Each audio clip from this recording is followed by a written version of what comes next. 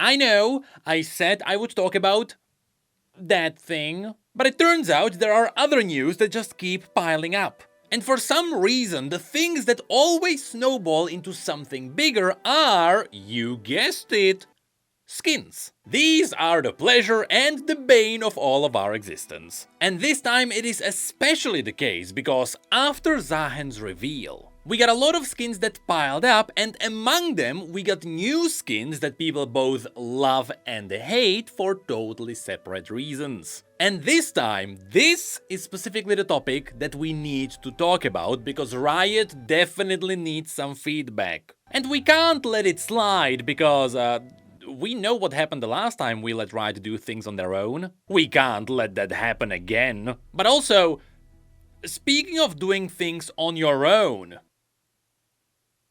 well, it turns out you can also do a lot on your own with the help of today's sponsor. I have transcended my form. I became more than a mortal soul, for I have cracked the code. And so can you with the help of Boot.dev. This video is sponsored by Boot.dev. Boot.dev is single-handedly the coolest way to learn coding. We've talked about them in the past, you know the drill. Boot.dev turns the boring task of learning something new into an actual game. Here you conquer beasts, earn loot, and level up on your grand adventures. And that is all the while you still learn about some good old coding. What kind of coding are we talking about? Well, just about all of them. You can learn anything from Python and Go to the classic Java or C. Of course, once again, let us not forget that we are not learning a pointless skill. Backend development is still ranking among the highest paying jobs in the industry, and it completely opens up the doors for new job opportunities. Not to mention, we are talking about a job you can do from your home. And while you're at home, you can join the bi-weekly boss fights or unlock new pages for your spellbook, which kinda acts like a cheat sheet for your lessons. So go out there, consult with the great wizard bear, prove your skills on the training grounds, slay some monsters, and use the promo code Necrit to get 25% off of your first year if you choose the annual plan. So once again, many thanks to Boot.dev for sponsoring this video, and now let's go back into other fantasy worlds. Alrighty, it is time to have a dive into that one big pile of skins that has been waiting for us. So after Zahen was revealed with his launch skin being the Immortal Journey skin, that was immediately followed up with two new skins from the Rain Shepherd skin line. The first one we got here is Tristana. This is a froggy yordle that shoots water, making the firefighter Tristana jealous. Now I'll be honest, while it is cool to see that this cannon gets some really cool watery effects, the truth is Tristana is technically not holding a cannon. She is indeed holding an umbrella with a frog at the end of it, which is spitting out stuff. Now, I'll be honest, that is very creative. Which is also the case for her abilities. For example, her W spawns a lily pad, with her E not being a grenade but rather a rain cloud. One that changes expressions depending on the stacks. It looks really cool, and the ultimate is one big blob of water that splashes fish around. So overall, there is honestly not much to be said here. People simply love this one for obvious reasons. The skin simply looks good, there is great attention to detail, it is cute, and the quality is high. Not to mention, the chromas are good too, so big win for Tristana. The second skin we got here is also Gwen, which is also a skin that is just getting praised. Now I'll be honest, it feels like that is always the case anytime Riot does something that's similar to the Cutie Cafe skin line, which is definitely the vibe I'm getting here. So her Q has a nice splashing effect, her W creates an entire pond that looks amazing, her E is a dash, there is nothing too special to mention here, with her ultimate turning into a bunch of umbrellas. So again, just like it was the case with Tristana, people are simply happy. Kinda unbelievable after looking at the skins we got at the start of this year. But that is when Riot also came out with 3 additional skins that made people raise an eyebrow. The first one we got is the updated Arcane Jinx. Now this one is actually a good one, it got her abilities updated. There is a new form that resembles the classic Jinx. All forms now have different chompers, there is also the intro animation. And the powder version got a reference to that episode. So now I can say the quality is there for the skin.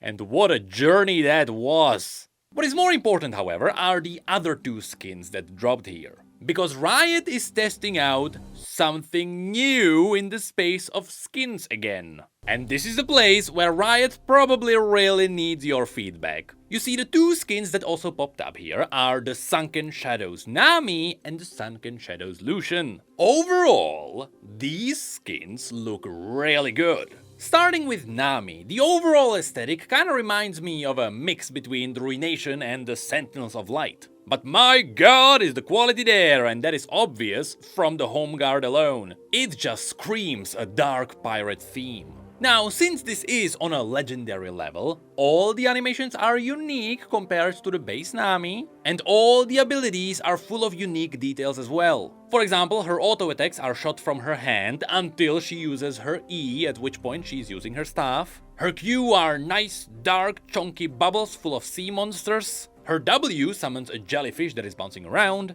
and her ultimate summons an unholy pirate ship that looks amazing. But upon closer look, you might also notice that not everything here is entirely unique.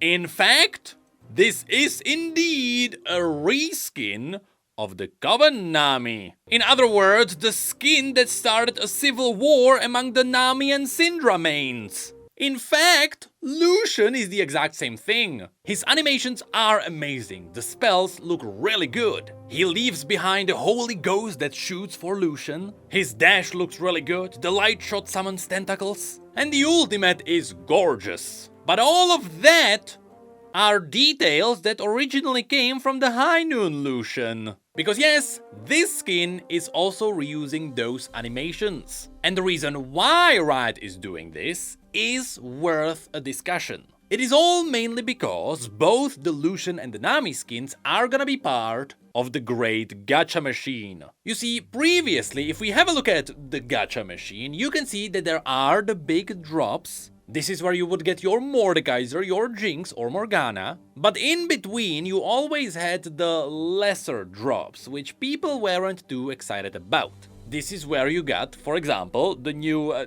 Galaxy Slayer Z, which was technically just a chroma of a legendary, and that mythic variant, as well as all the other ones, got called out for one simple reason. It is just a lazy recaller. And so nobody really wanted to pull for those skins. With the key point being that the unanimous feedback was that the mythic variants are lazy. And that is why we are now here. Riot is trying to do something new now. They are trying to make the mythic variants more interesting. And they are trying to achieve this by taking the legendary skeleton of a skin and applying a whole new model on top of it. Meaning they can also explore entirely new skin lines through things they previously had. Interestingly enough, this means that the new mythic variants would be a legendary step up from the normal skins, but it would also be a normal skin worth of a sidestep from the other legendary skin. On paper, this does solve most of the issues. With again, the main point being that the old mythic variants were just bad. And you can actually see most of the comments on these skins reflect that. You can see that the vast majority of people actually like these. And most people don't really care that it is reusing other legendary animations. I mean, to make sure that Riot really separated this from the other legendary, there are the special VFX on top of it. But also, these skins do have entirely unique voice lines. But the downside is still the same thing. It is part of the gacha machine. Meaning, the baseline price for all of these would be about $150. And that is worth an entirely different conversation on its own. Though I will say one thing, it is funny to see that depending on whether you look at the Nami skin or the Lucian skin, the comments vary. The Nami fans are generally fine with the skin and they like it, but the Lucian fans are mostly grumpy. Which I find to be on character. But yes, they are mostly grumpy about the fact that this skin is awesome, but not at that price. And so the grand feedback Riot is likely looking for here is, Are the new mythic variants fine, or is it better to just build a whole new skin from the ground up for these? Because that is technically what they are already doing with the mythic variant. It is a new skin, just slapped onto a legendary. But then the key issue would be, a normal skin probably wouldn't make people pull on a gacha machine.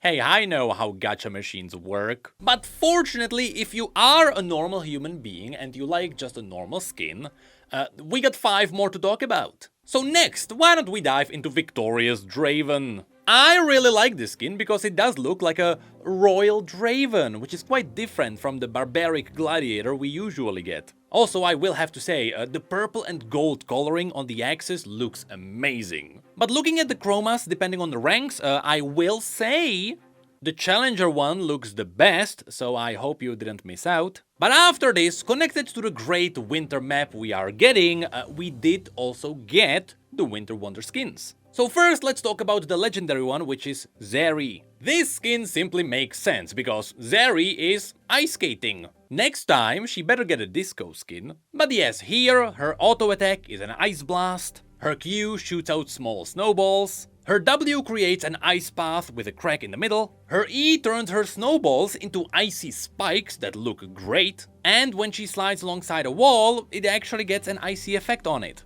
Lastly, her ultimate makes a giant skating ring, and it entirely transforms her. She does get an entirely new outfit that looks great, and of course, Twitter had to dive right into that. I hope you're proud of yourselves. But yes, this skin is quite good and the comments are nothing but praising it. But we are not done yet, because next, Melio also got a skin here, where his mechanic is all about throwing seals around. Don't tell PETA about it or they will throw paint at him. So of course his Q is kicking a seal.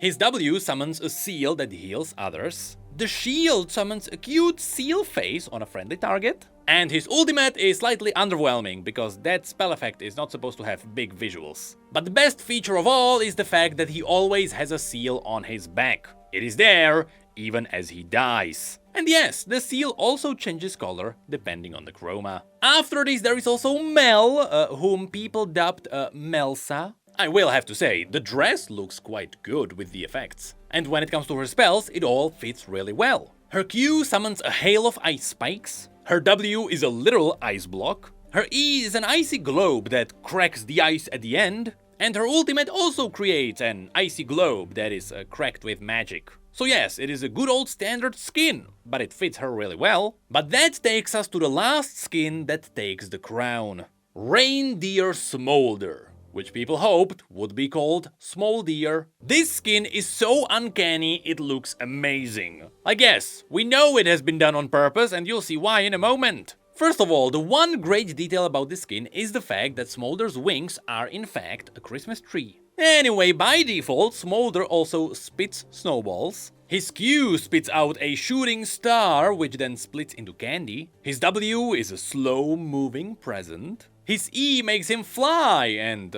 spit snowballs. And his ultimate is a snowy, icy avalanche. Now, of course, the one thing we have to talk about here is the face. Riot, please don't change it. I see what you are doing here, and it is immediately obvious when you have a look at the chromas. Don't tell me that is not a reference to Uncanny Sonic. This actually looks so hideous, it is hilarious, and I love this. This is probably, right now, Smolder's best skin. Which, to be fair, he doesn't have that much to choose from. But that is finally it for the avalanche of skins that we got. This all happened because for some reason Riot gave us like 8 skins to talk about in the span of just 2 weeks. And it all came out just as worlds were happening. And at this point it kept piling up so quickly we had to deal with it before more skins come out. Which means that now we can finally focus on other cool things. Such as the fact that TFT is still shoving as much lore into the game as possible. And also, I wrote some canonical lore for Riot. Okay, sure, we'll talk about that one next time.